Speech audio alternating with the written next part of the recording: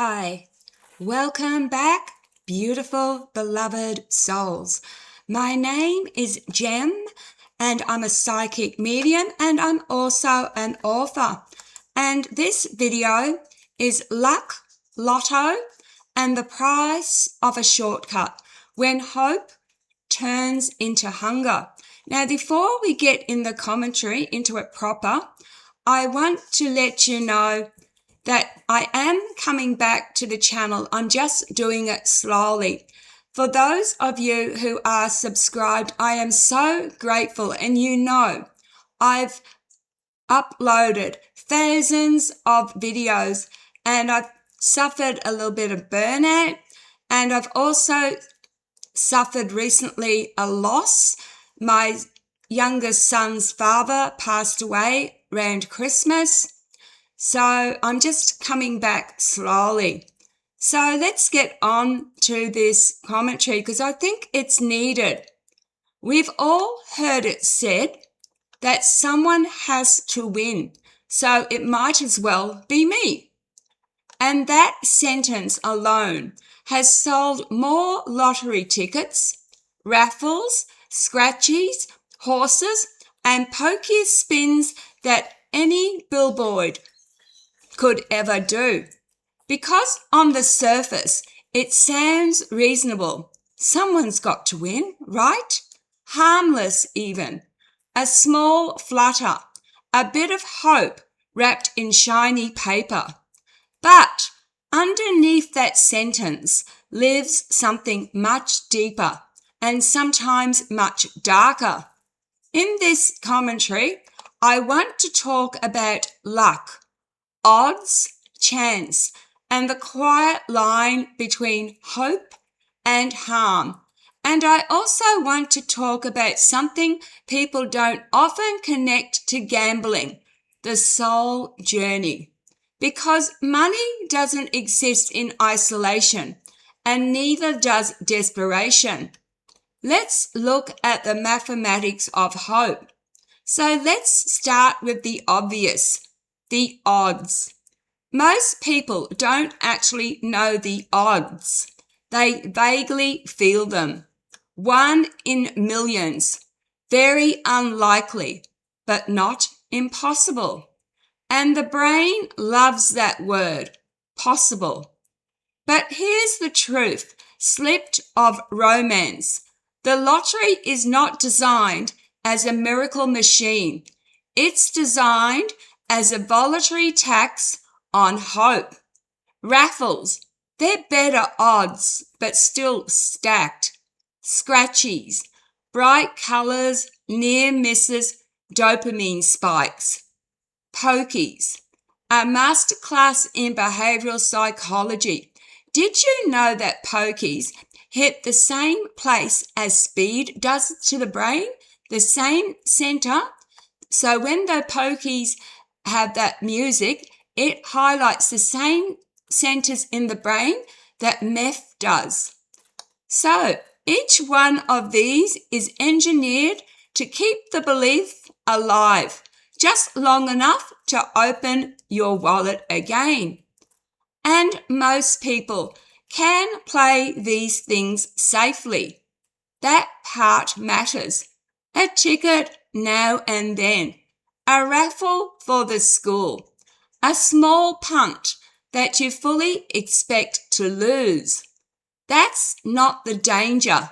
The danger begins when the story shifts from "wouldn't it be nice" to "I need this." When hope becomes hunger. There's a moment when gambling stops becoming entertainment and becomes emotional oxygen. You're not buying a ticket anymore. You're buying relief, escape, a fantasy where the pressure lifts, the bills vanish, the pain finally stops. And when that happens, logic doesn't stand a chance because desperation doesn't calculate odds. It bargains with fate. I've had a hard life. I'm overdue. Surely something good has to happen.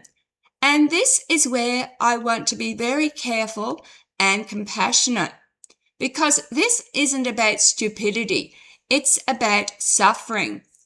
People don't fall into gambling addiction because they love money.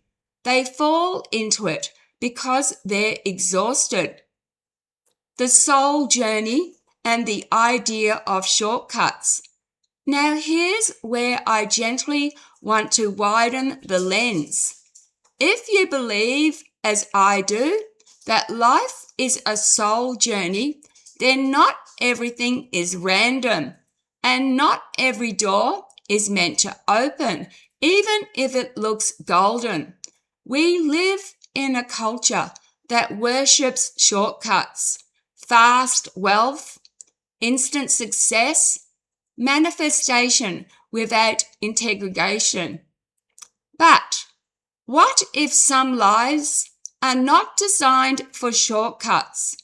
What if some souls come here to experience limitation, humility, endurance, compassion, not as punishment, but as development or experience? That doesn't mean poverty is noble or that suffering is required. It means that sometimes the lesson isn't escape, it's transformation. And money dropped from the sky doesn't automatically transform the inner landscape. In fact, very often it magnifies what's already there, which is why we see it again and again. Lotto winners bankrupt, relationships destroyed, addictions worsened, not healed. Money didn't save them. It simply removed the guardrails. Psychic insight and the myth of a fixed future. People often ask psychics like me, intuitives, and mediums about the winning numbers. And I've spoken about this before, but it bears repeating. The future is not a straight line. It's a tree. Every choice branches.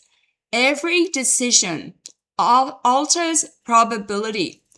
A psychic may tune into a possible outcome, but that outcome exists alongside thousands of others. And here's the uncomfortable truth. If you were absolutely meant to win vast wealth through chance, you wouldn't need to chase it. The event would intersect you naturally, without obsession, without sacrifice, without erosion of self. When prediction turns into fixation, intuition gets drowned out by desire, and desire is loud. It shouts over wisdom. Acceptable loss, the line most people never define. This is the part I really want people to hear. Acceptable loss. Before you place a bet, buy a ticket, or tap a machine, there should be a number in your mind that you are completely at peace with losing. Not hopeful, not slightly uncomfortable, actually okay. If losing that money creates anxiety, guilt, secrecy, or the urge to win it back, you've already crossed the line. Because gambling is not about how much you spend, it's about what costs you. Does it cost sleep? Does it cost trust? Does it cost relationships? Does it cost self-respect? If yes, the price is way too high. when wealth becomes the trap. Here's the great irony. People chase money believing it will give them freedom. But when the chase becomes compulsive, money becomes the cage. The horses don't care how much you need them to win. The machine doesn't know your story. The numbers don't remember your suffering. They are indifferent. And indifference is brutal when you're emotionally invested. The quiet rewards we overlook. I want to end this gently because life does reward us, just rarely in the ways we expect. Love, connection, moments of peace, being seen, being useful, being kind when it would be easier not to be. These don't arrive with confetti, but they last longer than any winnings ever do. If your life has been hard, that doesn't mean you're owed a jackpot, but it does mean your story has depth. And depth is where real meaning lives. Final thought. Buying a ticket is not a sin. Dreaming is not foolish. But when hope turns into hunger, when chance becomes a lifeline, when loss stops being acceptable, that's the moment to pause, not in shame, but in honesty. Because sometimes the bravest thing we can do is stop asking luck to save us and start building a life we don't need to escape from. I thought this was very much needed to be discussed, and I'm going to be very honest here. I've had in the past, especially when addicted to meth, because as I told you, those poker machines like the same areas, I've lost hundreds. I now have to accept I give myself a limit. For example, the Marta Prize home, you can get $2 tickets and you can get 25 tickets for $30. That's all I do. And when I only go on the Lotto when it jackpots. And again, I don't spend hundreds. I spend less than $20 because if you look at it, one game is really all you need, isn't it? If you are going to be lucky. But don't go chasing losses. Please learn from me. Never chase a loss. That machine doesn't care. It doesn't care that you put your week's wages through it.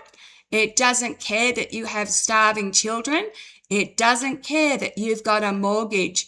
And sometimes, like I've said, and I will reiterate, it's just not meant to be. Not everyone is meant to win. All right. Thank you, beloveds. Please drop a comment. It doesn't have to be about this topic. In fact, I would love to read what you'd like me to discuss next. I'm very open-minded, but if you want to share about Lotto or about raffles or about betting, please do. And I just want to share one more thing.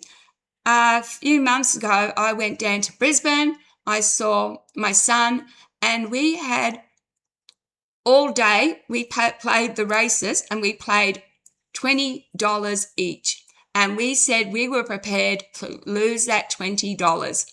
Well, towards the end of the day, we were losing.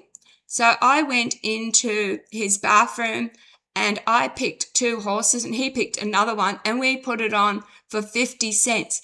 Trifecta, we won $50, but that's just luck. I'm not encouraging you to do this. I'm encouraging you, think, do you really need that money? And if you lose that money, are you going to be absolutely fine? If not, don't lose it. And that's it. So thank you very much for watching. Please be kind to each other and to yourselves. Cherish every moment. Love, light, and blessings. And to let you know, this Saturday is my birthday. I'm 65. Bye.